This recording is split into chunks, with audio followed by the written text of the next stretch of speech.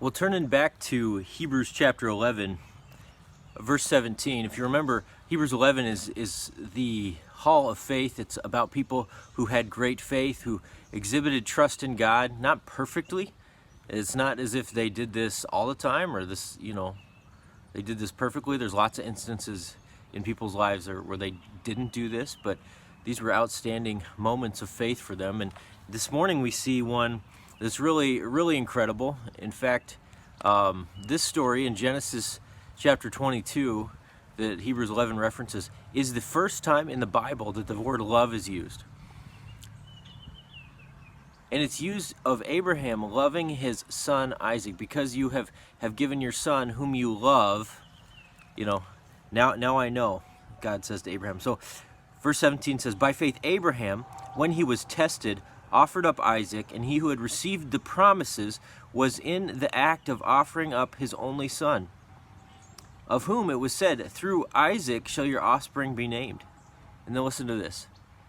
He considered that God was able even to raise him from the dead, from which, figuratively speaking, he did receive him back. Abraham had this unbelievable trust in God in that moment. When God said to him, Abraham, I want you to take your son, your only son, the son whom you love, and I want you to go up to the mountain, and you're going to sacrifice him.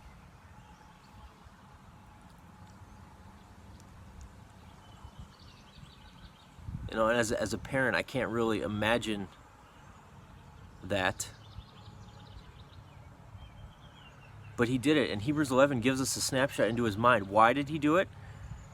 Because God had promised through Isaac that Abraham's offspring would be reckoned, that there would be more offspring through Isaac. And at this point, there wasn't any offspring through Isaac. So Abraham reasoned in his mind that God, even if he was to sacrifice his son, which is a horrible thing to do,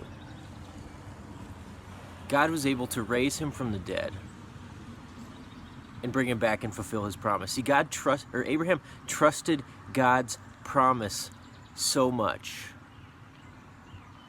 that he even went out on a limb. He did a little bit of stuff in his mind to figure out how exactly it was going to be possible for God to fulfill his promise and yet call Abraham to do what he was seemingly calling Abraham to do.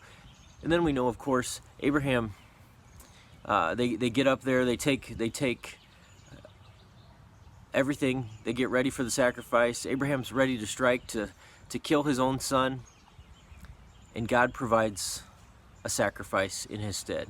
And an angel says, Abraham, stop. It wasn't God's intention for Abraham to slay Isaac, but for his heart to be willing to sacrifice him because he trusted God. That's just a beautiful, beautiful